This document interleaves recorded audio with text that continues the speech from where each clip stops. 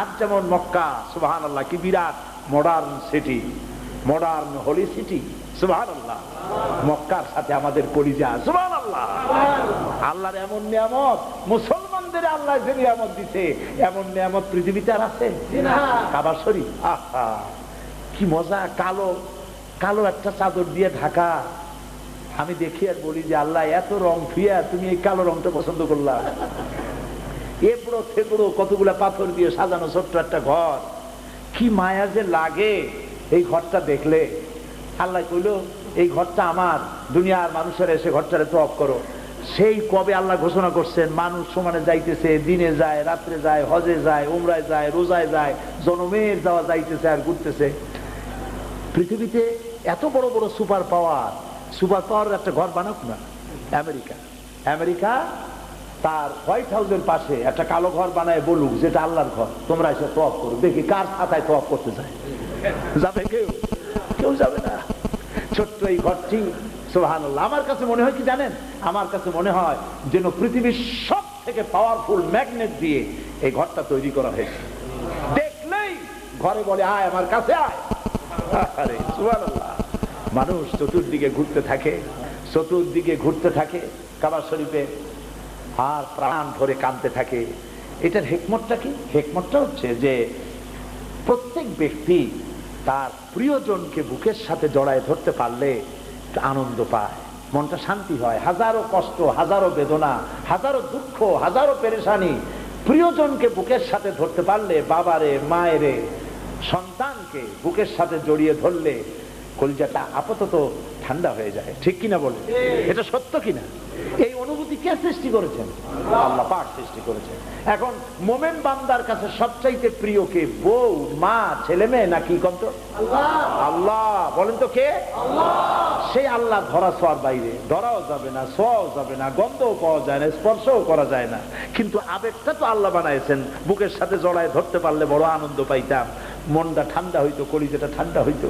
আল্লাহ রাব্বুল আলামিন তার বান্দাদের এই আবেগকে সামনে রেখে আল্লাহ পাক যেন বললেন, বান্দারা আমারে তো ধরা যাবে না, লা তুদরিকুহুল আবসার, কোন দৃষ্টি শক্তি আমারে দেখতে পারবে না। সুবহানাল্লাহ। কোন দৃষ্টি শক্তি আমাকে দেখতে পারবে না, ধরাও যাবে না, ছোঁয়াও যাবে না। তবে আবেগটা তো আমি বানাইছি। এই জন্য আল্লাহ রাব্বুল আলামিন দুনিয়ার মুসলমানদের আবেগের মূল্য দিয়ে নিজের ঘর তৈরি করে দিয়ে বললেন, বান্দারা আমারে পাইলে যেটা করতা সেই আবেগটা আমার ঘরের কাছে গিয়ে আমার ঘরটারে বুকের সাথে জড়ায় ধরে আবেগ পুরা কর। হাজিরা উমরা করতে যারা যায়, হজ করতে যারা যায়, চতুর্দিকে ঘুরে 7টা বার তাওয়াফ করে দরজার কাছে এসে দাঁড়ায় যায়, মুলতাজিমে দাঁড়ায় গেল। সোজা হয়ে দাঁড়াইলে পরে চৌকাঠটা মুখের কাছে এসে পড়ে, বুকটা গিয়ে দেওয়ালের সাথে লাগলো, কাঁদতে থাকে আর বলে, আল্লাহুম্মা ইয়া রাব্বাল বাইতুল আতীক, হে সম্মানিত ঘরের মালিক, দয়া করে আমার আর আমার মা বাপের গর্দানকে জাহান্নামের আগুন থেকে মুক্ত করে দাও।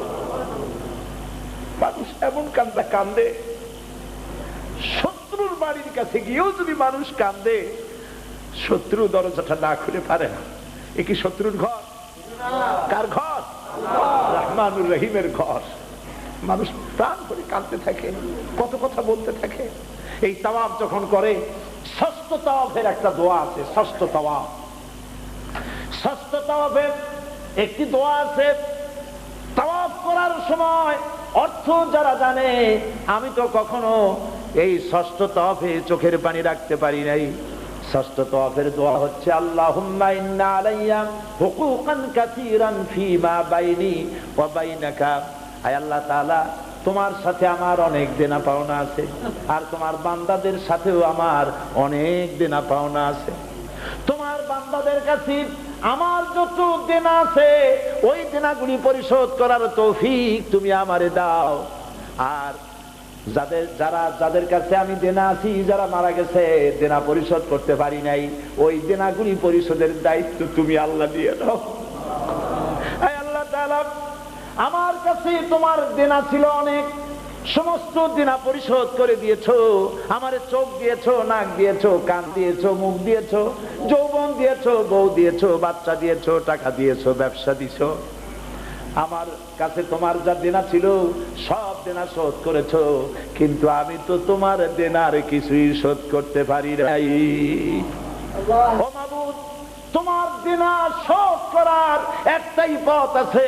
আয় আল্লাহ রাব্বুল আলামিন, কিয়ামতের দিন তুমি আমারে মাফ করে দিও। সুবহানাল্লাহ।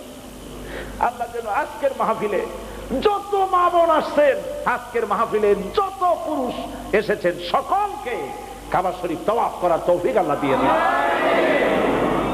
কাবা ধরিয়া কানবার তৌফিক আল্লাহ দান করে দিন।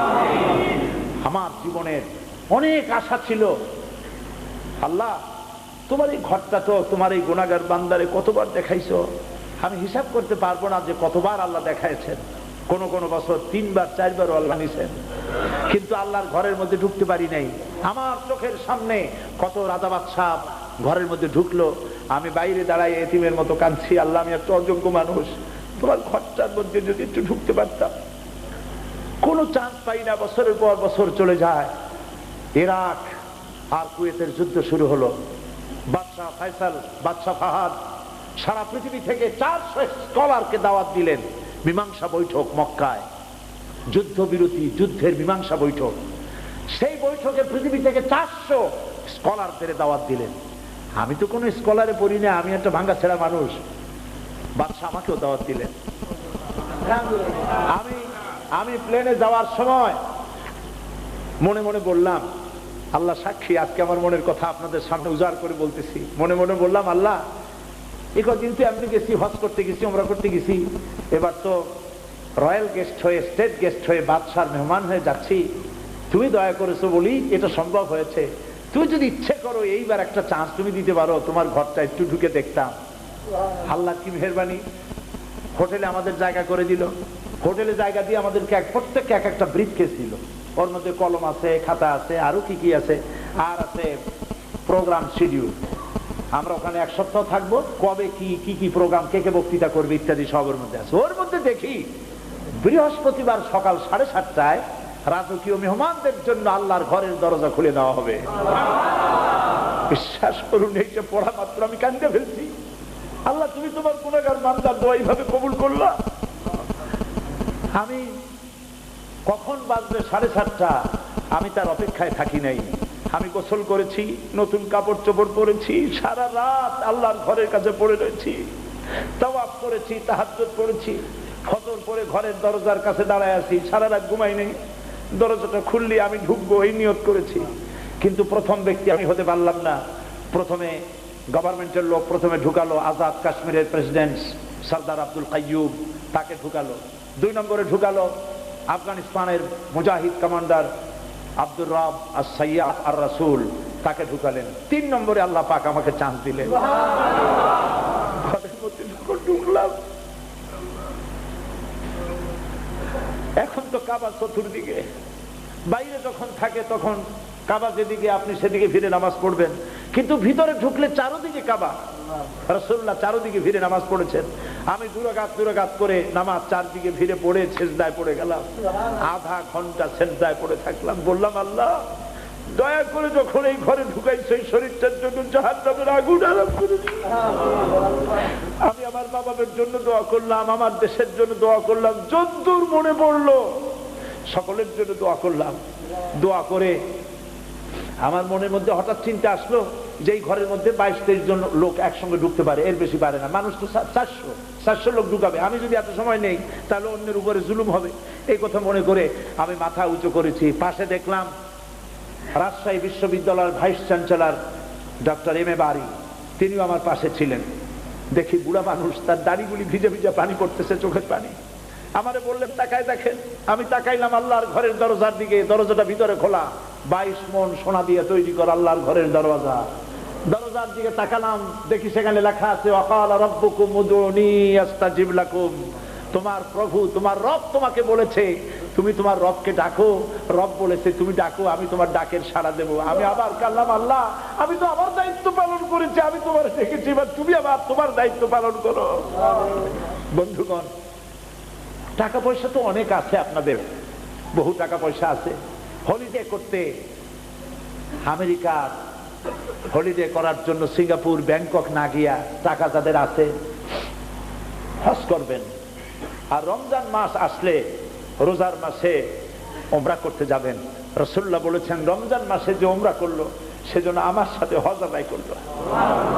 রমজান মাসে কোরআনের তিলাওয়াত হাফেজ সাহেব অর্থাৎ মসজিদে নববীর ইমাম, মসজিদে হারামের ইমাম যখন তেলাওয়াত করে, আপনাদের ভাগ্য ভালো, এই মসজিদে হারামাইনুশ শরীফাইনের শাইখুল হারামাইনুশ শরীফাইন আব্দুল আজিজ আব্দুল্লাহ সুবাইলি, যিনি এই মসজিদের উদ্বোধন করেছেন, কাবার ইমাম, আলহামদুলিল্লাহ।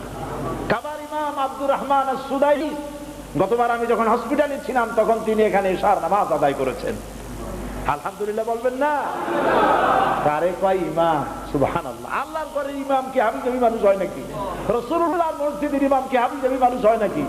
সুবহানাল্লাহ। কি চেহারা আর কি তার গলার আওয়াজ, গোটা হারাম মানুষ কাঁদতে থাকে রমজান মাসে, সুবহানাল্লাহ। আল্লাহ আপনাদের তৌফিক দিন যাতে আপনারা রমজানে যাইতে পারেন। আমিন। ভালো করে কোন আমিন।